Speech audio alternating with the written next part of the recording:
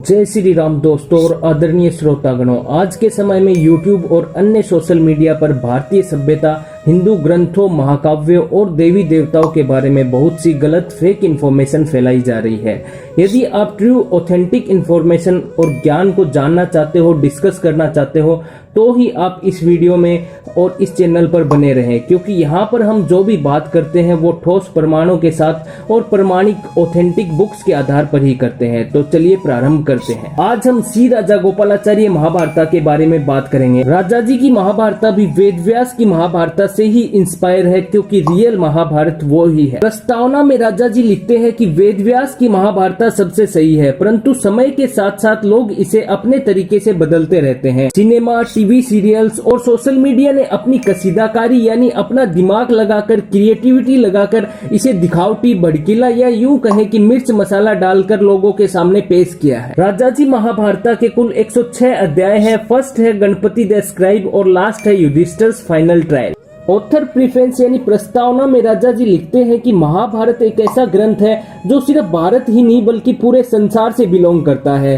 भारत में बचपन से ही बच्चे अपनी माँ की गोद में रामायण और महाभारत की अजर अमर कहानियां सुनते हैं। वो सीता और द्रौपदी की पवित्रता और उनके दुखों और उनके त्याग के बारे में जानते हैं। यहाँ आप गौर करोगे तो पता चलेगा कि राजा जी ने द्रौपदी को माता सीता के समान पवित्र बताया है, और कुछ लोग यूट्यूब और अदर सोशल मीडिया प्लेटफॉर्म्स पर द्रौपदी के बारे में कुछ भी बकवास करते रहते हैं। उन्हें ऐसा नहीं करना चाहिए, ये पूरी तरीके से फेक है। साथ में बच्चे राम और अर्जुन के हीरोइक फोर्टिट्यूड यानी धैर्य और वीरता से सीखते हैं। लक्ष्मण और हनुमान की सत्य के प्रति निष्ठा को जानते हैं, सीखते हैं। ये सभी स्टफ यानी चीजें या फिर ज्ञान बोल सकते हैं। भारतीय बच्चों की यंग लाइफ को तत्व ज्ञान उन्हें इनके जैसा बनने और समाज हित में कार्य करने को प्रेरित करते हैं। राजा जी लिखते हैं कि महाभारत कई हजार सालों पहले लिखी गई थी, पर समय के साथ साथ व्यास की ओरिजिनल महाभारत में लोगों ने बहुत मात्रा में मटेरियल ऐड कर दिया है। राजा जी महाभारत के योद्धाओं के बारे में लिखते हैं, भीष्मा द परफेक्ट नाइट मतलब उत्तम निपुण सूरवीर योद्धा। द वेनरेबल द्रोणा आदरणीय पूजनीय गुरु द्रोण। द वेन बट शिवालुरस कर्णा व्यर्थ लेकिन शिष्ट उदार कर्ण। अब इस बात पर आप मेरे पर गुस्सा मत हो जाना। पांडव जिनके पास देवताओं के जैसी शक्ति है तथा सहने की क्षमता भी। Draupadi most unfortunate queen. Kunti the worthy mother of heroes. Gandhari devoted wife यानी निष्ठावान पत्नी और धृतराष्ट्र के मूर्ख दुष्ट पुत्रों की दुखी माता। भगवान श्री कृष्ण के बारे में तो आपको बताने की जरूरत नहीं है, वो तो सर्वज्ञ है। इसके बाद प्रस्तावना में राजा जी ने महाभारत टाइम के भारत के रहन सहन, कल्चर और राजव्यवस्था के बारे में बताया है, जहां भारत कई इंडिपेंडेंट किंगडम्स में बटा हुआ होता था। युद्ध कला हाईली डेवलप्ड थी, मिलिट्री बहुत स्किल्ड हुआ करती थी। उस टाइम भी गाँव और शहर हुआ करते थे। शहर में राजाओं का हेडक्वार्टर हुआ करता था। शहरों में काम करने वाले लोग, गार्डन, भव्य इमारतें, कुल मिलाकर शहरों की लाइफ लग्जरियस हुआ करती थी। शहरों में व्यापार हुआ करता था, परंतु ज्यादातर लोग खेती पर ही आश्रित रहते थे। गांव की लाइफ भी अच्छी और सुसंस्कृत हुआ करती थी। वहां गुरुओं के आश्रम हुआ करते थे, जो कि लोगों में सीखने की भावना और धर्म के प्रति निष्ठा को, सोच को जीवित रखती थी। बच्चों को शिक्षा पाने के लिए आश्रम भेज दिया करते थे। औरतों की भी समाज में बहुत इज्जत थी, अपने पति और बच्चों का ख्याल रखती थी। कास्ट सिस्टम भी था, परंतु इंटरकास्ट मैरिज भी हुआ करती थी। महाभारत में कुछ महान योद्धा ब्राह्मण भी थे। तो दोस्तों, आज की वीडियो में मैंने राजा गोपालाचार्य महाभारता के प्रस्तावना के मुख्य बिंदु बताए हैं। जय श्री कृष्ण दोस्तों, आपका एक बार फिर से स्वागत है एक और नई वीडियो में। आज की वीडियो में हम बात करेंगे द ग्रेट इपिक महाभारता कैसे लिखी गई। ये वीडियो महाभारत की ऑथेंटिक बुक राजा गोपालाचार्य महाभारत के प्रथम अध्याय गणपति द स्क्राइब पर आधारित है। यहाँ मैं आपको मनगढ़ंत कहानियां सुनाकर आपका और मेरा टाइम खराब नहीं करना चाहूंगा। चलिए प्रारंभ करते हैं। भगवान व्यास, जो कि वेदों के ज्ञाता है, संलग्न करता है, मैं ऋषि पराशर के पुत्र है। व्यास जी ने इस संसार को महाभारत जैसा महाकाव्य दिया। यह उन्हीं की रचना है। सबसे पहले वेद व्यास जी ने ब्रह्मा जी से अनुग्रह किया। उनसे बोले कि मैंने महाभारत पर अच्छा काम किया है और मुझे कोई ऐसा चाहिए जो कि इस महाकाव्य को लिख सके। ब्रह्मा जी ने कहा कि गणपति जी का आह्वान करो, वो आपका ये काम कर सकते हैं। गणपति गणपति जी व्यास जी के महाकाव्य को लिखने के लिए तैयार हो जाते हैं, परंतु उनकी एक शर्त होती है कि लिखते समय उनका पेन रुकेगा नहीं, मतलब व्यास जी को लगातार श्लोक बोलते रहना पड़ेगा। अब व्यास जी उनकी शर्त मान जाते हैं, परंतु वो अपनी एक और शर्त गणपति जी के सामने रखते हैं कि आपको लिखने से पहले मैंने जो भी बोला है उसका मतलब समझना पड़ेगा। गणेश जी उनकी शर्त को अग्री करते हैं और दोनों महाभारत जैसे महाकाव्य को लिखने का कार्य प्रारंभ करते हैं। व्यास जी कुछ कठिन स्टेंजा यानी छंद या फिर श्लोक बोलते हैं, जिससे गणेश जी को उन्हें समझने में थोड़ा टाइम लगता है। इतने में वो नए छंद अपने दिमाग में सोच लेते हैं और इस तरीके से पूरी महाभारत लिखी जाती है। अभी आप यहाँ पे देखोगे तो राजा जी ने कहीं पर भी गणपति जी के दांत टूटने वाली कहानी का उल्लेख नहीं किया है। आपने सुना होगा कि उनकी कलम टूटने पर उन्होंने अपने दांत को कलम बनाकर लिखा था। अब ये कितना सत्य है या फिर सिर्फ काल्पनिक कहानी है, ये आप कमेंट बॉक्स में जरूर बताएं कि आपको इसके बारे में कितना ज्ञान है। व्यास जी ने ये महाकाव्य सबसे पहले अपने बेटे सुका को सुनाया और उसके बाद अपने कई शिष्यों को। नारद मुनि ने महाभारत की स्टोरी देवों को सुनाई और व्यास पुत्र सुका ने गंधर्व, राक्षस और यक्षों को सुनाई। महाभारत को व्यास के मुख्य शिष्य वैशंपायन द्वारा अच्छे से सीखी गई और जानी गई। इन्होंने इस महाकाव्य को मानवता के फायदे के लिए सबको बताया। महान राजा परीक्षित के बेटे जन्मेजय के आग्रह पर वैशंपायन ने यह कहानी सबको सुनाई। व्यास के बेटे सुता ने यह भी कहा कि मेरा सौभाग्य है कि मुझे इस बुक को पढ़ने का अवसर मिला, जो व्यास के द्वारा रचित है और यह मानवता और उसके मूल्यों के बारे में सिखाती है, जीवन के सुख दुख के बारे में सिखाती है। और इस तरीके से महाभारत सबके द्वारा पढ़ी और सुनी जाने वाली धार्मिक बुक बन गई है, जो सही में हमें लाइफ के मायनों, जीवन के लक्ष्य और हमारे इस जीवन के अर्थ को समझाती है। महाभारत महाकाव्य रामायण के समान है, जो हमें सदाचार और कल्चर का पाठ पढ़ाती है। तो ये था श्री राजा गोपालाचार्य महाभारत का प्रथम अध्याय। इसमें मैंने आपको सरल शब्दों में बताया है। इसमें कुछ गलती हो गई हो तो माफी चाहता हूँ। गणपति जी के दांत टूटने वाली कथा सही है या गलत है, कमेंट बॉक्स में जरूर बताना। जय श्री कृष्ण दोस्तों, हम श्री राजा गोपालाचार्य की महाभारत पर लगातार चर्चा कर रहे हैं। आज हम इसके थर्ड चैप्टर भीष्माज वाव यानी भीष्म प्रतिज्ञा के बारे में बात करेंगे। चलिए प्रारंभ करते हैं। माता गंगा ने देवव्रत को राजा शांतनु को सौंप दिया। इतना तेजस्वी पुत्र पाकर राजा बहुत खुश हुए और उसे राजकुमार बना दिया। 4 वर्ष बीत गए। एक दिन शांतनु यमुना तट पर घूमने गए। लास्ट टाइम वो गंगा तट पर घूमने गए थे, माफी चाहूंगा। हाँ, तो वापस आते हैं। यमुना के तट का वातावरण मनोहारिणी सुगंध से भरा हुआ था। वहां उन्हें एक सुंदर स्त्री दिखाई दी और उसके शरीर से ही ये सुगंध आ रही थी। उस सुंदर नारी का नाम सत्यवती था और उसे पराशर मुनि से वरदान मिला हुआ था कि उसके सुकोमल शरीर से सदा दिव्य सुगंध निकलती रहेगी। राजा शांतनु उस तरुणी को देखते ही उस पर मोहित हो गए और राजा ने सत्यवती से अपनी पत्नी बनने की प्रेम याचना की। सत्यवती बोली, मेरे पिता मल्लाहों के सरदार है, उनकी अनुमति ले लीजिए, मैं आपकी पत्नी बनने को तैयार हूँ। राजा शांतनु ने सत्यवती के पिता दशराज के सामने अपनी इच्छा बताई, परंतु केवट राज बहुत ही चतुर थे। उन्होंने कहा, लड़की की शादी किसी न किसी से तो करनी ही है और आपके जैसा वर मेरी लड़की को और कहाँ मिलेगा, परंतु आपको एक वचन देना पड़ेगा। शांतनु ने लास्ट टाइम की तरह जैसे गंगा को हाँ की थी वैसे हाँ नहीं की इस बार। उन्होंने कहा कि जो मांगोगे वो मैं दूंगा, यदि मेरे लिए अनुचित नहीं हुआ तो। केवटराज ने राजा से कहा, आपके बाद हस्तिनापुर के राज सिंहासन पर मेरी लड़की का पुत्र ही बैठेगा। इस बात का वचन आप मुझे दे सकते हो क्या? हालांकि राजा शांतनु सत्यवती पर पूरी तरीके से मोहित हो चुके थे, परंतु गंगा पुत्र के अलावा वह किसी अन्य को गद्दी पर बैठाने का सोच भी नहीं सकते थे और वो नगर की तरफ लौट गए। यह चिंता उन्हें दिन प्रतिदिन दुर्बल कर रही थी। वह अपने मन ही मन में यह चिंता दबाए हुए थे, यह राज को दबाए बैठे थे। कुशाग्र बुद्धि देवव्रत यह देख समझ गया कि उनके मन में कुछ न कुछ व्यथा है। एक दिन उसने पूछ ही लिया, पिताजी, संसार में ऐसा कोई भी सुख नहीं है जो आपको प्राप्त ना हो, फिर भी आपका शरीर पीला पड़ गया है, आप दिन प्रतिदिन दुबले होते जा रहे हो, आपको किस बात की चिंता सता रही है? अब शांतनु को कुछ ना कुछ तो बताना ही था। शांतनु ने कहा, बेटा, तुम मेरे एकमात्र पुत्र हो और युद्ध का तो तुम्हें व्यसन सा हो गया है। भगवान ना करे कभी तुम्हें कुछ हो गया तो हमारे वंश का क्या होगा। इस तरह शांतनु बातों को गोल गोल घुमा रहे थे, परंतु तेज बुद्धि देवव्रत ने राजा के सारथी से सभी बातें जान ली और सीधे केवटराज के पास पहुंच गए। उनसे कहा कि वो अपनी पुत्री सत्यवती का विवाह उनके पिता से कर दे। केवटराज ने अपनी बात वापस से दोहराई तो देवव्रत ने कहा कि मैं वचन देता हूँ कि मैं कभी शासन का लोभ नहीं करूंगा और सत्यवती का पुत्र ही राजा बनेगा। लेकिन केवटराज ने दूर की सोची और बोले, आर्य पुत्र, इस बात पर मुझे पूरा भरोसा है कि आप अपने वचन पर अटल रहोगे, किंतु आपके पुत्रों का क्या? उनसे मैं आपके जैसी आशा कैसे रख सकता हूँ? आपके पुत्र भी तो आपकी तरह ही वीर होंगे। बहुत संभव है कि वह मेरे नाती से राज्य छीनने का प्रयत्न करेंगे।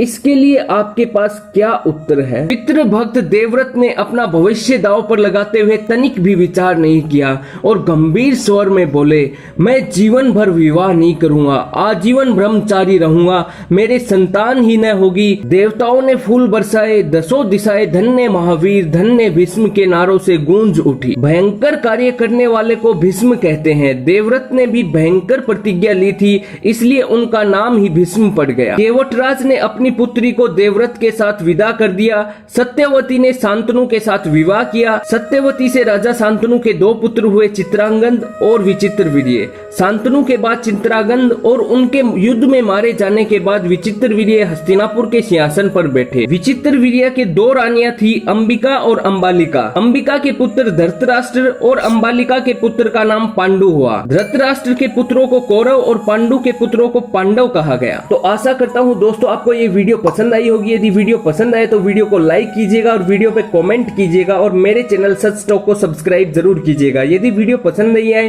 तो वीडियो को डिसलाइक भी कर सकते हो और कारण कमेंट बॉक्स में जरूर बताइए। जय श्री कृष्ण दोस्तों, आज के वीडियो में आप जानोगे कि अंबा का प्रतिशोध, भीष्म की मृत्यु का कारण, भगवान परशुराम को भीष्म से युद्ध क्यों करना पड़ा। जैसा कि आप सब लोगों को पता ही है कि हम इस चैनल पर सिर्फ प्रमाणिक बुक्स के आधार पर ही बात करते हैं, कोई भी मनगढ़ंत बातें हम यहाँ पर नहीं करते हैं। यह वीडियो भी महाभारत की सबसे ऑथेंटिक बुक श्री राजा गोपालाचारी महाभारत के चैप्टर 4 अंबा एंड भीष्मा पर आधारित है। चलिए प्रारंभ करते हैं। सत्यवती का पुत्र चित्रांगद बड़ा ही वीर था। एक बार किसी गंधर्व के साथ युद्ध हुआ और उसमें वो मारे गए। उसके कोई पुत्र नहीं था, इसलिए उनका छोटा भाई विचित्रवीर्य हस्तिनापुर की गद्दी पर बैठा। उसकी उम्र बहुत कम होने के कारण राजकाज का कार्य भीष्म ही संभालते थे। विचित्रवीर्य विवाह योग्य हो चुके थे। भीष्म को पता चला कि काशीराज की कन्याओं का स्वयंवर होने वाला है। यह जानकर भीष्म स्वयंवर में सम्मिलित होने के लिए काशी रवाना हो गए। काशीराज की पुत्रियां अपूर्व सुंदरियां थी। उनके रूप और गुण का यश दूर दूर तक फैला हुआ था, इसलिए देश विदेश से राजकुमार स्वयंवर में भाग लेने के लिए आए थे। जब भीष्म स्वयंवर में आए तो सभी ने सोचा कि वो स्वयंवर देखने आए हैं, परंतु जब भीष्म ने स्वयंवर में सम्मिलित होने वालों में अपना नाम दिया तो सभी राजकुमारों को निराश होना पड़ा। परंतु उन्हें क्या पता था कि वो अपने भाई के लिए स्वयंवर में सम्मिलित हो रहे हैं। सभी लोग भीष्म पर हंसने लगे, उनकी प्रतिज्ञा पर लांछन लगाने लगे। यहाँ तक कि काशीराज की कन्याओं ने भी भीष्म की तरफ से दृष्टि फेर ली और उनकी अवहेलना करते हुए वो आगे की ओर चल दी।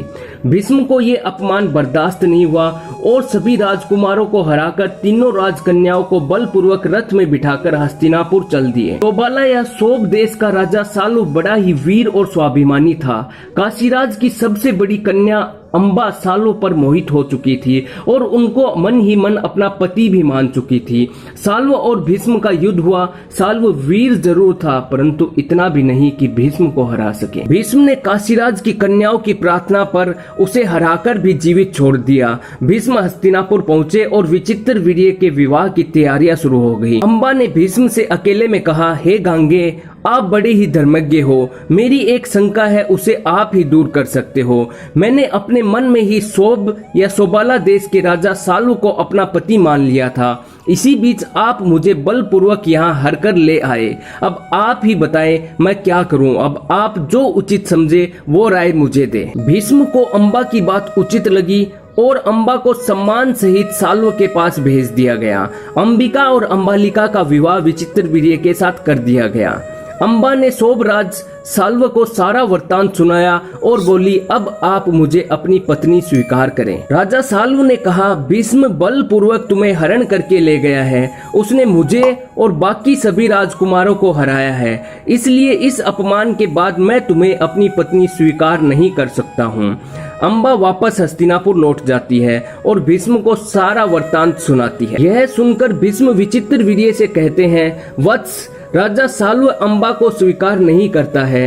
अब उसके साथ तुम्हारा विवाह करने में कोई भी आपत्ति नहीं है। विचित्र वीर्य ने मना कर दिया और कहा, भाई साहब, इसका मन एक बार राजा साल्व पर रीझ गया है और उन्हें मन में अपना पति भी मान चुकी है। क्षत्रिय होकर मैं ऐसी स्त्री से कैसे ब्याह कर लूं? अब अम्बा इधर की रही ना उधर की रही। वो भीष्म से बोली कि वो ही उससे शादी कर ले, क्योंकि वो ही उसे हर कर लाए थे। भीष्म अपनी प्रतिज्ञा पर अटल थे, वो अपनी प्रतिज्ञा नहीं तोड़ सकते थे। उसने विचित्र वीर्य को बार बार समझाया, परंतु उसने बात नहीं मानी। इसलिए भीष्म ने कहा कि तुम साल्व के पास ही जाओ। अब सेल्फ रिस्पेक्ट भी कोई चीज होती है यार। अम्बा ने भीष्म को बार बार आग्रह किया, परंतु भीष्म अपनी प्रतिज्ञा के आगे नहीं झुके। लाचार अम्बा साल्व के पास गई, वहां भी उसे निराशा ही हाथ लगी। अम्बा बहुत दुखी हुई। इस दुख का कारण उसने भीष्म को ही समझा। अब अम्बा को चाहिए था सिर्फ बदला, वो भी भीष्म से। भीष्म से बदला लेने के लिए उसने कई राजाओं के द्वार खटखटाए, परंतु भीष्म से युद्ध करने का साहस किसी भी राजा में नहीं था। अम्बा ने भगवान कार्तिकेय की कठोर तपस्या की। तपस्या से प्रसन्न होकर कार्तिकेय ने उन्हें सदा ताजा रहने वाले कमल के फूलों की माला दी। जो इसे पहनेगा भीष्म के नाश का कारण बनेगा। कमल के फूलों की माला लेकर अम्बा वापस राजाओं के पास गई और बोली, यह माला कार्तिकेय भगवान की है, इसे पहनकर भीष्म का नाश कर सकते हो। परंतु भीष्म से पंगा लेने की हिम्मत किसी भी क्षत्रिय राजा में नहीं थी। वह पांचाल प्रदेश के वीर और प्रतापी राजा द्रुपद के पास भी गई, परंतु फिर भी निराशा ही हाथ लगी। हताश होकर वह ये माला द्रुपद के महल के द्वार पर टांग कर चली गई। क्षत्रियों से निराश होकर वह ब्राह्मण तपस्वियों के पास पहुंची और वहां से वह परशुराम के पास पहुंची। अम्बा की कहानी सुनकर परशुराम बहुत ही दुखी हुए। परशुराम ने कहा, तुम कहो तो मैं तुम्हारा विवाह साल्व से करवा देता हूँ। मेरा प्रिय है, मेरा कहा नहीं टालेगा। अम्बा ने कहा, मुझे विवाह नहीं, मुझे मेरे अपमान का प्रतिशोध चाहिए, बदला चाहिए। क्या आप मेरे लिए भीष्म से युद्ध कर सकते हो? परशुराम ने भीष्म को युद्ध के लिए ललकारा। दोनों युद्ध कला में कुशल थे और दिव्यास्त्रों से सुसज्जित थे। दोनों ही ब्रह्मचारी थे। कई दिनों तक भयंकर युद्ध के बाद भी हार जीत का परिणाम नहीं निकला। अंत में परशुराम ने अपनी हार स्वीकार की और अम्बा से कहा, तुम्हारे लिए यही उचित होगा कि तुम भीष्म की शरण ले लो। अम्बा के क्रोध और दुख की सीमा न रही। वो हिमालय गई और वहां उसने कैलाशपति की कठोर तपस्या की। कैलाशनाथ उससे प्रसन्न हुए और बोले, तुम्हारे अगले जन्म में भीष्म की मृत्यु अवश्य होगी। यह कहकर अंतर्ध्यान हो गए। अब वो क्षण भर भी मृत्यु की प्रतीक्षा नहीं कर सकती थी, अगले जन्म की प्रतीक्षा नहीं कर सकती थी। इसलिए उन्होंने चिता बनाई और क्रोध की अग्नि में भस्म हो गई। अम्बा दूसरे जन्म में राजा द्रुपद की कन्या हुई। महादेव के वरदान के कारण उसे पिछले जन्म की सारी बातें याद थी। जब वह बड़ी हुई तो उसने भगवान कार्तिकेय की दी हुई माला अपने गले में डाल ली और यह देखकर राजा द्रुपद घबरा गए और डर गए, क्योंकि इस कन्या के लिए वो भीष्म से बैर मोल नहीं लेना चाहते थे। इसलिए उन्होंने उस कन्या को अपने घर से निकाल दिया। अम्बा का निश्चय तो अटल था। वो वन में तपस्या करके तपोबल से स्त्री से पुरुष बन गई और उसने अपना नाम शिखंडी रखा। जब कौरवों और पांडवों के बीच महाभारत का युद्ध हुआ तो अर्जुन शिखंडी के पीछे थे। ज्ञानी भीष्म को यह सब पता था, इसलिए उन्होंने बाण चलाना अपनी वीरोचित प्रतिष्ठा के विरुद्ध समझा। शिखंडी को आगे करके अर्जुन ने भीष्म पितामह पर हमला किया। अंत में उन पर विजय प्राप्त की। जब भीष्म आहत होकर पृथ्वी पर गिरे तब जाकर अम्बा का क्रोध शांत हुआ। आज के लिए इतना ही दोस्तों। वीडियो अच्छी लगी हो तो लाइक करके एनकरेज जरूर कीजिएगा और जेन्युइन इन्फॉर्मेशन पाने के लिए हमारा चैनल सब्सक्राइब जरूर कीजिएगा। जय हिंद, जय भारत, जय श्री कृष्ण। हेलो दोस्तों, आज हम चर्चा करेंगे श्री राजा गोपालाचारी महाभारत के चैप्टर 5 देवयानी और कच्छ के बारे में। ये कहानी शायद आप में से बहुत से लोगों ने नहीं सुनी होगी। चलिए प्रारंभ करते हैं। एक बार देवताओं और असुरों में इस बात की लड़ाई छिड़ गई कि तीनों लोकों पर किसका आधिपत्य होगा। बृहस्पति जी देवताओं के गुरु थे और शुक्राचार्य असुरों के गुरु थे। वेद मंत्रों पर बृहस्पति जी का पूर्ण अधिकार था, परंतु शुक्राचार्य का ज्ञान भी सागर जैसा अथाह था। इन्हीं दोनों ब्राह्मणों के बुद्धि बल पर देवासुर संग्राम होता रहा। शुक्राचार्य के पास मृत संजीवनी विद्या का ज्ञान था। इससे वे युद्ध में जितने भी असुर मारे जाते थे उन्हें वे वापस जिंदा कर देते थे। देवताओं के पास यह विद्या नहीं थी, इसलिए देवताओं ने इकट्ठे होकर सोच विचार कर एक युक्ति निकाली। तभी देवता देवगुरु बृहस्पति के पुत्र कच्छ के पास गए और बोले, गुरुपुत्र, तुम हमारा काम बना दो तो तुम्हारा बड़ा उपकार होगा। तुम अभी जवान हो, तुम्हारा सौंदर्य मन को लुभाने वाला है। तुम शुक्राचार्य के पास ब्रह्मचारी बनकर जाओ और उनकी खूब सेवा करो, उनके विश्वास पात्र बन जाओ, उनकी सुंदर कन्या का प्रेम प्राप्त करो और फिर शुक्राचार्य से संजीवनी विद्या सीख लो। कच्छ ने देवताओं की प्रार्थना मान ली। शुक्राचार्य असुरों के राजा वरसप्रवा की राजधानी में उस टाइम रहते थे। कच्छ शुक्राचार्य के पास गया और दंडवत प्रणाम करके बोला, आचार्य, मैं अगीरा मुनि का पोता और बृहस्पति का पुत्र हूँ। मेरा नाम कच्छ है। आप मुझे अपना शिष्य स्वीकार करने की कृपा करें। मैं आपके अधीन पूर्ण ब्रह्मचारी व्रत का पालन करूंगा। उस समय यह नियम था कि कोई सुयोग्य व्यक्ति यदि शिक्षा प्राप्त करना चाहता है, शिक्षा ग्रहण करना चाहता है, तो उसकी प्रार्थना स्वीकार कर ली जाती थी। इस कारण शुक्राचार्य ने कच्छ को अपना शिष्य स्वीकार किया। कच्छ ने ब्रह्मचार्य की शिक्षा ली, ब्रह्मचार्य व्रत लिया और शुक्राचार्य की सेवा में लग गए। शुक्राचार्य अपनी पुत्री देवयानी से बहुत ही प्यार करते थे। कच्छ देवयानी की इच्छाओं का भी पूर्ण ध्यान रखता था और उसे खुश रखने का पूर्ण प्रयत्न करता था। इससे देवयानी भी कच्छ से प्यार करने लगी थी। इस तरह कई वर्ष बीत गए। कच्छ अपने ब्रह्मचारी व्रत पर अडिग था। जब असुरों को पता चला कि बृहस्पति पुत्र शुक्राचार्य का शिष्य बन गया है, इससे उन्हें भय हुआ कि कच्छ कहीं शुक्राचार्य से संजीवनी विद्या न सीख ले, इसलिए उन्होंने कच्छ को मारने का निश्चय किया। एक दिन कच्छ जंगल में आचार्य की गोए चरा रहा था। असुर उस पर टूट पड़े और उसके टुकड़े टुकड़े करके कुत्तों को खिला दिया। शाम को जब गोए अकेली ही लौटी तो देवयानी घबरा गई। देवयानी अपने पिता के पास गई और रोने लगी।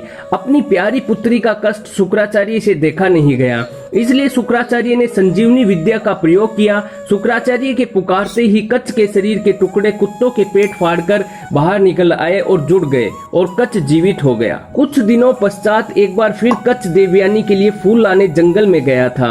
असुरों ने वहीं उसे घेर लिया और उसे मार दिया। उसके शरीर को पीसकर समुद्र में बहा दिया। शाम होने तक कच्छ नहीं लौटा तो देवयानी ने फिर से शुक्राचार्य से विनती की और शुक्राचार्य ने अपनी संजीवनी विद्या से कच्छ को वापस जीवित कर दिया। परंतु असुर तो कच्छ के पीछे हाथ धोकर पड़ गए थे। इस बार असुरों ने उसके मृत शरीर को पीसकर मदिरा में मिलाकर शुक्राचार्य को ही पिला दिया। शाम होने तक कच्छ नहीं लौटा तो देवयानी अपने पिता के पास गई और रोने लगी। शुक्राचार्य ने उसे बहुत समझाया कि असुर उसे जीवित नहीं छोड़ेंगे, वैसे भी हर किसी को एक न एक दिन जाना ही होता है।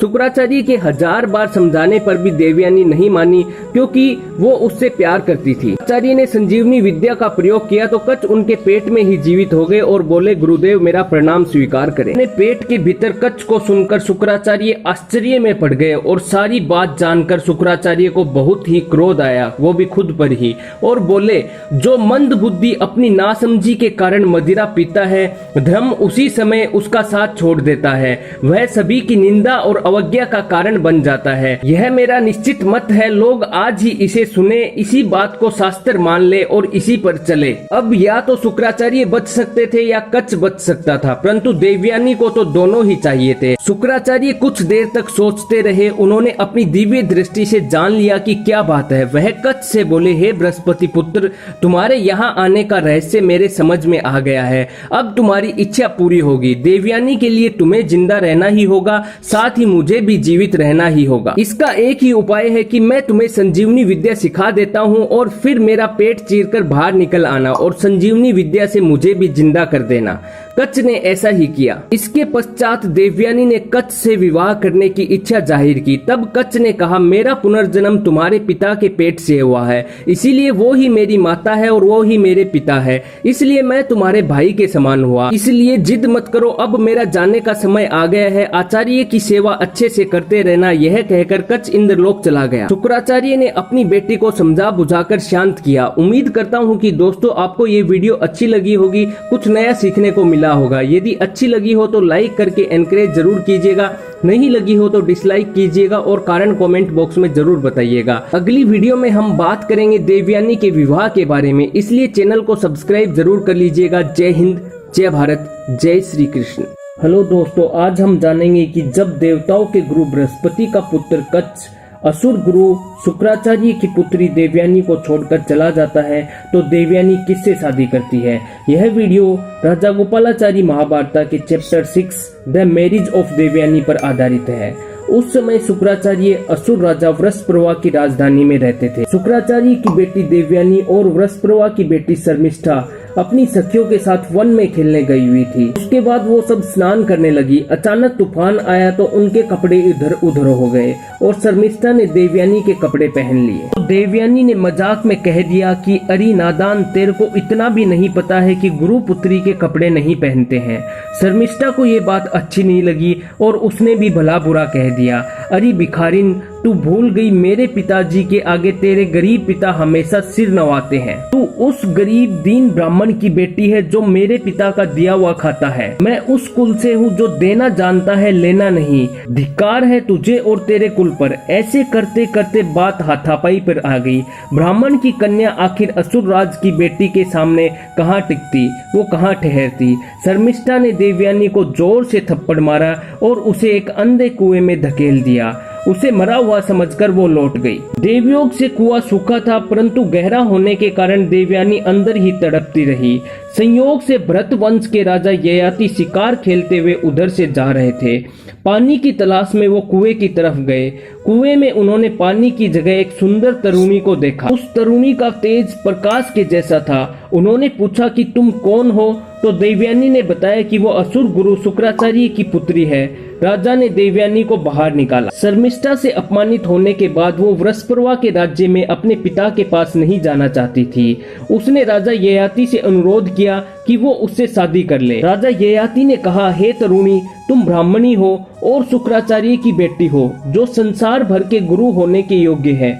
मैं ठहरा साधारण क्षत्रिय, अतः मुझे क्षमा करे, तुम घर जाओ। ऐसा कहकर राजा ययाति चलते बने। शाम होने तक देवयानी घर नहीं लौटी तो शुक्राचार्य को चिंता हुई। उन्होंने अपनी एक सेविका को देवयानी की तलाश में भेज दिया। सेविका कुछ अपनी सहेलियों के साथ जंगल पहुंची और उसने देवयानी को एक पेड़ के नीचे रोते हुए देखा। कारण पूछा तो देवयानी ने कहा, पिताजी से जाकर कह देना कि उनकी पुत्री अब राजा वृषप्रवा के राजधानी में पांव भी नहीं रखेगी। शुक्राचार्य देवयानी के पास पहुंचे और उसे समझाते हुए बोले कि जो कुछ भी हुआ उसे किसी दोस्त का फल मानते हुए भूल जाओ। परंतु देवयानी बहुत ही दुखी और क्रोधित थी। उसने कहा, जो शर्मिष्ठा ने उसका अपमान किया है कि आप उसके पिता की चापलूसी करते हो, उसके आगे सिर झुकाते हो, भिखारी की तरह उसके आगे हाथ फैलाते हो। इतना अपमान करने के बाद भी वो मुझे ही मार पीट कर चली गई। इतना अपमान के बाद मैं शर्मिष्ठा के पिता के राज्य में कैसे रह सकती हूँ। और वह फूट फूट कर रोने लगी। इतना कुछ होने के बाद भी शुक्राचार्य ने अपनी पुत्री को बहुत कुछ समझाया और जो बातें कही वो पढ़ने लायक है। आपको भी यह बुक पढ़नी चाहिए, इंटरनेट पर फ्री में अवेलेबल है। बहुत समझाने के बाद भी देवयानी नहीं मानी। शुक्राचार्य क्रोधित होकर सीधे वृषप्रवा की सभा में पहुंच गए। शुक्राचार्य का मुंह क्रोध से लाल हो गया था। वृषप्रवा को सिंहासन पर बैठे देख शुक्राचार्य बोले, राजन, पाप का फल तत्काल न मिले, परंतु वह मिलता जरूर है और वह पापी के वंश की जड़ें तक काट देता है। और तुम पाप के रास्ते पर चल पड़े हो। बृहस्पति का पुत्र ब्रह्मचर्य के व्रत का पालन करते हुए प्रेम से मेरी सेवा करके शिक्षा प्राप्त कर रहा था। उस निर्दोष ब्राह्मण को तुमने कई बार मरवाया, तब भी मैं चुप रहा। और अब मेरी पुत्री का ये हाल जो कि मैं कदापि बर्दाश्त नहीं कर सकता हूँ, इसलिए मैं तुम्हारा राज्य छोड़कर जा रहा हूँ। आचार्य की बातें सुनकर वृषप्रवा तो हक्का बक्का ही रह गया और बोला, गुरुदेव, मैं निर्दोष हूँ। आपने जो भी कहा उसके बारे में मैं सर्वथा अपरिचित हूँ। मुझे कुछ भी मालूम नहीं है। आप मुझे छोड़कर जाएंगे तो मैं पल भर भी नहीं जी सकता हूँ। मैं आग में कूदकर मर जाऊंगा। शुक्राचार्य दृढ़ता पूर्वक बोले, तुम और तुम्हारे दानवगण चाहे आग में जलकर मर जाओ, चाहे समुद्र में डूबकर मर जाओ, जब तक मेरी प्राण प्यारी बेटी का दुख दूर न होगा, मेरा मन शांत नहीं होगा। तो जाकर मेरी बेटी देवयानी को समझाओ, यदि वह मान जाती है तो मैं यहाँ रह सकता हूँ, वरना नहीं। वृषपर्वा अपने पूरे परिवार के साथ देवयानी के पास गया और उसके पांव पड़कर माफी मांगी। देवयानी ने कहा, आपकी पुत्री शर्मिष्ठा ने मेरा बहुत अपमान किया है। उसने मुझे भिखारी की बेटी कहा है, मुझे धक्का मार दिया है कुएं में। इस कारण यदि वो मेरी नौकरानी बनकर रहे और मेरे पिताजी मेरी जहां भी शादी करते हैं वहां वो दासी बनकर जाए तो मैं आपके राज्य में रह सकती हूँ, अन्यथा नहीं। वृषपर्वा के समझाने से शर्मिष्ठा को अपनी गलती का एहसास हुआ और उसने गुरुपुत्री की दासी बनना स्वीकार किया। तब जाकर देवयानी अपने पिता के साथ नगर लौटी। इस घटना के कई दिनों बाद देवयानी और राजा ययाति की फिर से जंगल में भेंट हुई। देवयानी ने ययाति के सामने अपना प्रेम प्रकट किया और उससे शादी के लिए कहा। राजा ययाति ने कहा कि क्षत्रिय होकर मैं ब्राह्मण कन्या से विवाह करने की हिम्मत कैसे करूं?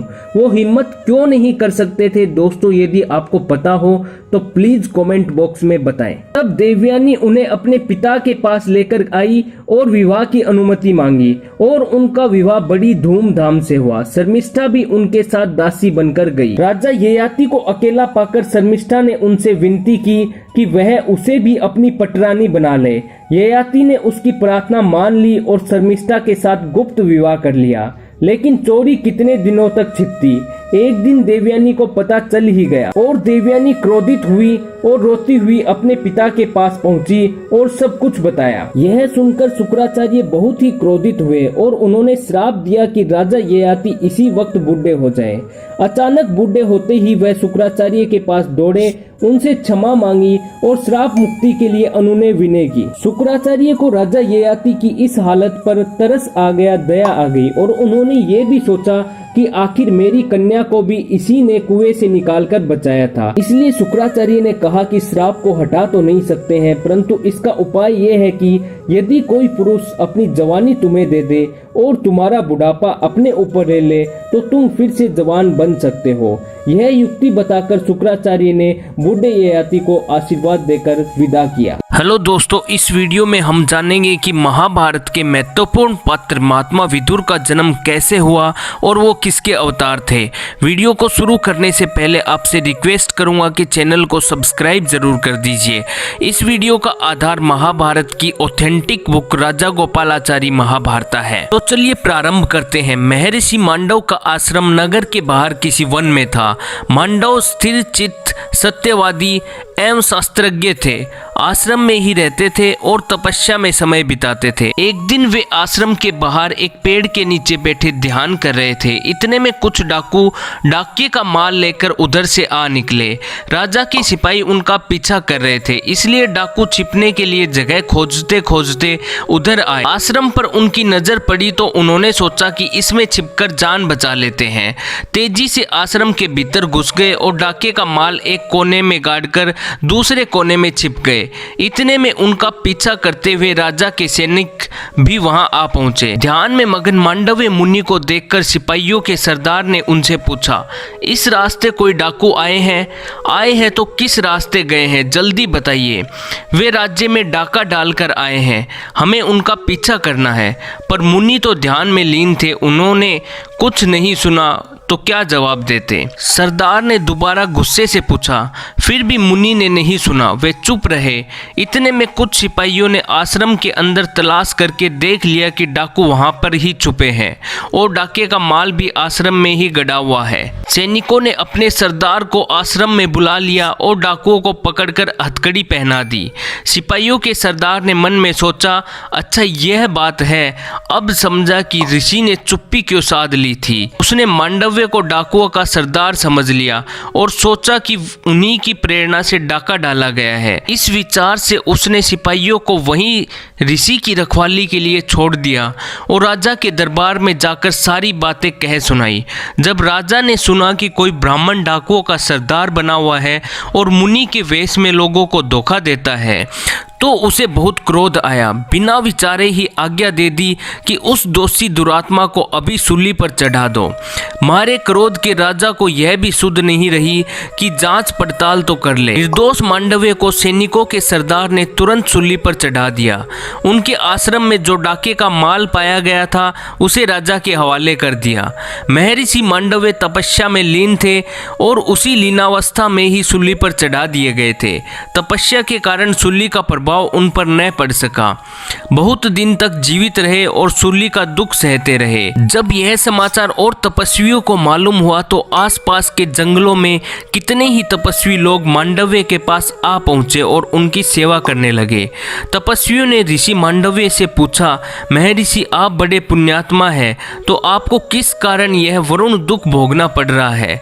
शांति के साथ मांडव्य ने कहा, राजा संसार का रक्षक माना जाता है। जब उसी की आज्ञा से मुझे यह दंड मिला है तो मैं किसे दोष दूं? उधर राजा को खबर पहुंची कि महर्षि मांडव्य सूली पर चढ़ाए जाने पर भी भूखे प्यासे रहते हुए भी जीवित है।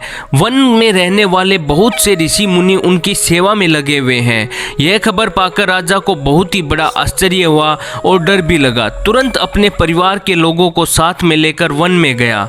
जब सूली पर मांडव्य को जीवित देखा तो सन्न रह गया। राजा को अपनी भूल मालूम हुई और उसने आज्ञा दी कि मुनि को सूली से तुरंत उतार दिया जाए। मुनि के उतरते ही वह उनके पैरों में गिर पड़ा और गिड़गिड़ाकर बोला, अनजाने में मुझसे यह भारी बड़ी भूल हो गई है, कृपया मुझे क्षमा कर दीजिए। मांडव्य को राजा पर क्रोध तो आया पर उन्होंने उसे क्षमा कर दिया और वे धर्मदेव के पास गए और धर्मदेव से बोले कि कृपया करके यह बताइए कि मैंने ऐसा कौन सा पाप किया है जिससे मुझे यह वरुण दुख मिला। मांडव्य की तपस्या का बल धर्मराज जानते थे। उन्होंने बड़ी नम्रता के साथ ऋषि की आवभगत की और उसके बाद बोले, महर्षि आपने टिड्डियों और चिड़ियों को पकड़कर सताया है, इसी पाप के फलस्वरूप आपको यह कष्ट भोगना पड़ा। आप जानते ही है कि जैसे थोड़े से दान का फल बहुत मिलता है वैसे ही थोड़े से पाप का दंड भी बहुत मिलता है। धर्मराज की यह बात सुनकर मांडव्य को अचरज हुआ। पूछा, मैंने ऐसा पाप कब किया? धर्मदेव ने कहा, बचपन में किया था आपने यह पाप। यह सुनकर मांडव्य को बहुत क्रोध आया। उन्होंने कहा, बचपन में नासमझी में मैंने यह पाप किया, उसका तुमने न्यायोचित मात्रा से अधिक मात्रा में दंड दिया है। इस अन्याय के लिए मैं तुम्हें शाप देता हूँ कि तुम मृत्यु लोक में मनुष्य योनि में जन्म लोगे। इस प्रकार मांडव्य के शापवश विचित्र वीर्य की रानी अंबालिका की दासी की कोख से धर्मदेव का जन्म हुआ। वे ही आगे चलकर विदुर के नाम से प्रख्यात हुए। विदुर धर्मदेव के अवतार थे। धर्मशास्त्र तथा राजनीति में उनका ज्ञान अथाह था। वे बड़े निष्प्रह थे, क्रोध उन्हें छू तक नहीं सकता था। संसार के बड़े बड़े लोग उन्हें महात्मा कहकर पूजते थे। उनका सुयश सारे संसार में फैला हुआ था। युवावस्था में ही पितामह भीष्म ने उनके विवेक को जाना तथा उनके ज्ञान से प्रभावित होकर उन्हें राजा धृतराष्ट्र का प्रधानमंत्री नियुक्त किया था। तीनों लोकों में महात्मा विदुर जैसा धर्मनिष्ठ या नीतिमान कोई नहीं था। जिस समय धृतराष्ट्र ने जुआ खेलने की अनुमति दी थी, विदुर ने धृतराष्ट्र को बहुत ही आग्रहपूर्वक निवेदन किया था, राजन मेरे प्रभु, मुझे यह काम ठीक नहीं जचता। इस जुए के खेल के कारण आपके बेटों में आपसी बैर भाव बढ़ेगा। इस कुचाल को रोक दीजिए। धृतराष्ट्र विदुर की बात से प्रभावित हो गए थे और अपने बेटे दुर्योधन को अकेले में बुलाकर उसे इस कुचाल को रोकने का प्रयत्न किया। प्रेम के साथ बोले, गंधारी के लाल, इस जुए के खेल को विदुर ठीक नहीं समझता है। इस विचार को तुम छोड़ दो। विदुर बड़ा बुद्धिमान है, हमेशा हमारा भला चाहता है। उसका कहा मानने में हमारी भलाई है। भूत तथा भविष्य की बातें जानने वाले बृहस्पति ने जितने शास्त्र के ग्रंथ रचे हैं, विदुर ने उन सब का ज्ञान प्राप्त किया है। यद्यपि विदुर उम्र में मुझसे छोटा है, फिर भी हमारे कुल का वही प्रधान समझा जाता है। वत्स, जुए खेलने का विचार छोड़ दो। विदुर कहता है कि इससे विरोध बढ़ेगा। उसका कहना है कि इससे राज्य का नाश हो जाएगा। छोड़ दो इस विचार को। इस तरह की कई मीठी बातों से धृतराष्ट्र ने अपने बेटे को सही रास्ते पर लाने का प्रयत्न किया, किंतु दुर्योधन ने माना। बूढ़े धृतराष्ट्र अपने बेटे को बहुत प्यार करते थे। इस कमजोरी के कारण उसका अनुरोध वे टाल न सके और युधिष्ठिर को जुए के खेल के लिए न्योता भेजना ही पड़ा। धृतराष्ट्र पर वश नहीं चला तो विदुर युधिष्ठिर के पास गए, उनको जुआ खेलने जाने से रोकने का प्रयत्न किया, इस खेल की बुराइयां बताई। युधिष्ठिर ने चाचा विदुर की बातें ध्यानपूर्वक सुनी और बड़े ही आदर के साथ बोले, चाचा जी मैं भी यह जानता हूँ, पर अब धृतराष्ट्र बुला रहे हैं तो मैं कैसे इनकार करूँ। युद्ध या खेल के लिए बुलाए जाने पर न जाना क्षत्रिय का धर्म तो नहीं है। यह कहकर युधिष्ठिर कुल की मर्यादा रखने के लिए जुआ खेलने गए थे। तो दोस्तों स्वागत है आपका मेरी एक और नई वीडियो में। आज की वीडियो में हम राजा गोपालाचारी महाभारत के अगले अध्याय कुंती के बारे में चर्चा करेंगे। यदुवंश के प्रसिद्ध राजा सूरसेन श्री कृष्ण के पितामह थे। इन राजा सूरसेन के प्रथा नाम की कन्या थी। उसके रूप और गुणों की कीर्ति दूर दूर तक फैली हुई थी। सूरसेन के फुफेरे भाई कुंती भोज के कोई संतान न थी। सूरसेन ने कुंती भोज को वचन दिया था कि उसकी जो भी पहली संतान होगी उसे कुंती भोज को गोद दे देंगे। उसी वचन के अनुसार सूरसेन ने प्रथा कुंती भोज को गोद दे दी। कुंती भोज के यहाँ आने पर प्रथा का नाम कुंती पड़ गया। कुंती के बचपन में एक बार दुर्वासा ऋषि कुंती भोज के यहाँ पधारे। कुंती 1 वर्ष तक बड़ी सावधानी व सहनशीलता के साथ उनकी सेवा करती रही। उनके सेवा भाव से दुर्वासा ऋषि बहुत ही प्रसन्न हुए और एक देवी मंत्र उनको दिया। कुंती कन्या यह मंत्र पढ़कर तुम जिस भी देवता का ध्यान करोगी वह तुम्हारे सामने प्रकट होगा तथा अपने ही समान एक तेजस्वी पुत्र तुम्हें प्रदान करेगा। महर्षि दुर्वासा ने दिव्य ज्ञान से यह मालूम कर लिया था कि कुंती को अपने पति से कोई भी संतान प्राप्त नहीं होगी। इस कारण उन्होंने उसे यह वर दिया था। कुंती बालिका ही थी। उत्सुकतावश उसे यह जानने की इच्छा हुई कि जो मंत्र मिला है उसका प्रयोग क्यों न करके देखा। आकाश में भगवान सूर्य अपनी प्रकाशमान किरणें फैला रहे थे। कुंती ने उन्हीं का ध्यान करके मंत्र पढ़ा। तुरंत ही क्या देखती है कि आकाश में बादल छा गए।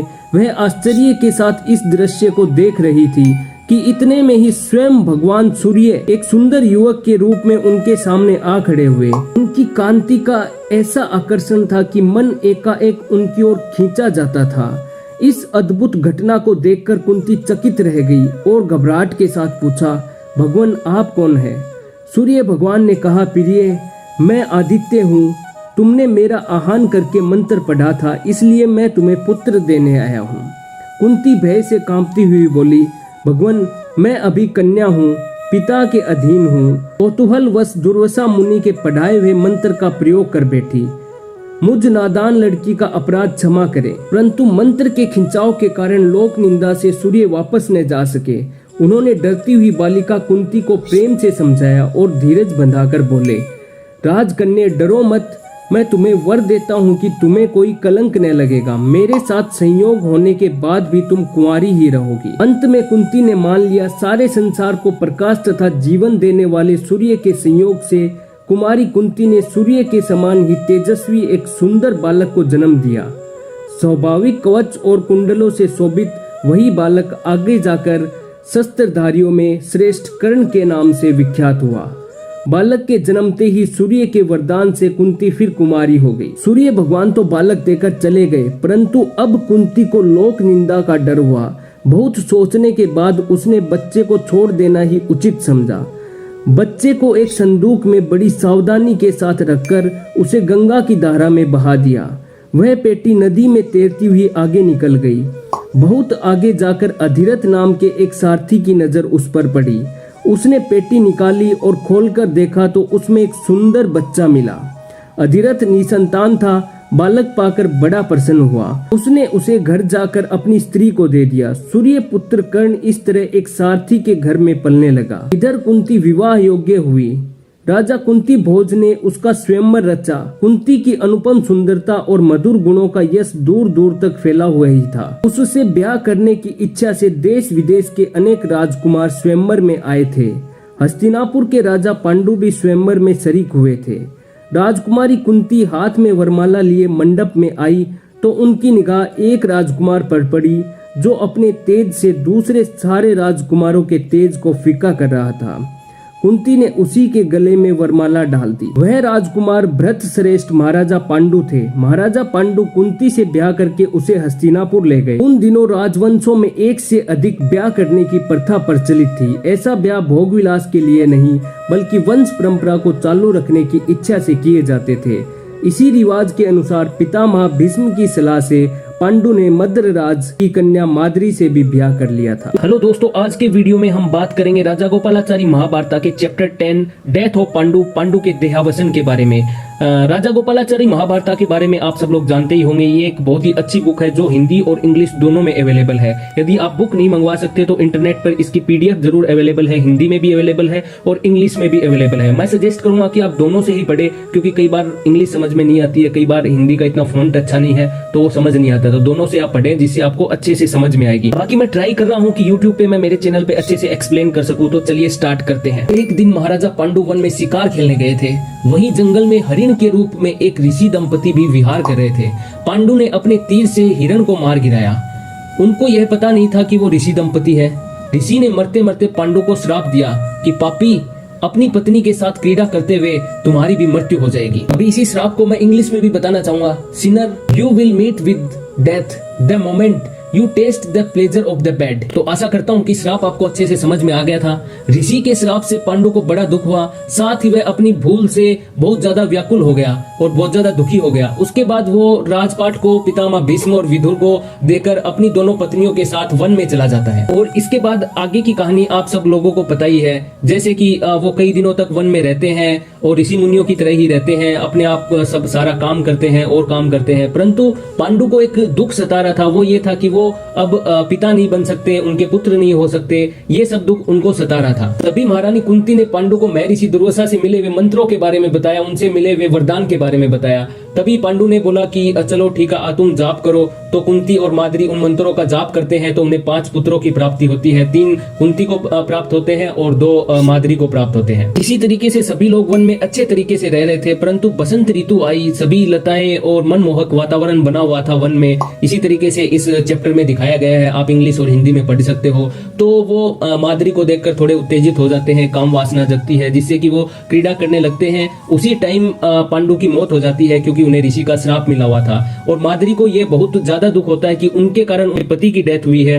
हालांकि माद्री ने पांडु को बहुत ज्यादा रोका भी था उस टाइम पर, उनके कारण डेथ होने के से वो बहुत ज्यादा दुखी होती है। इसलिए उन्होंने डिसाइड किया कि वो अपने पति की चिता के साथ ही जल जाएगी या सती हो जाएगी, हम ऐसा कह सकते हैं। ऐसा सब कुछ इसमें चैप्टर में दिखाया गया है। आप पढ़ोगे तो आपके समझ में आएगा। जब ये उनकी डेथ होती है तो युधिष्ठिर को 16 वर्ष का दिखाया गया है। तो इससे आप युधिष्ठिर और अर्जुन इन सब की थोड़ी बहुत एज का अंदाजा हम यहाँ से लगा सकते हैं। तो अभी 5 पुत्रों की जिम्मेदारी थी वो कुंती के ऊपर थी।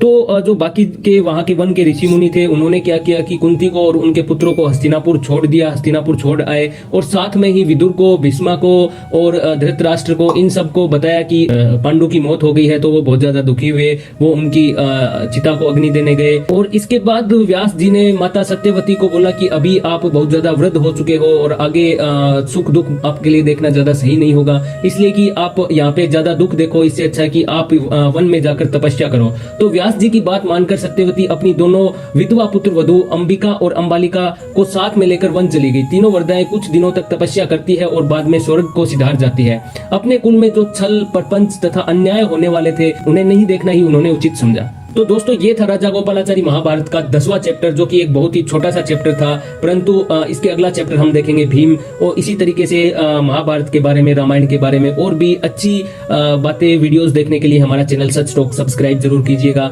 मिलते हैं किसी नेक्स्ट वीडियो में। जय हिंद, जय भारत, जय श्री कृष्णा।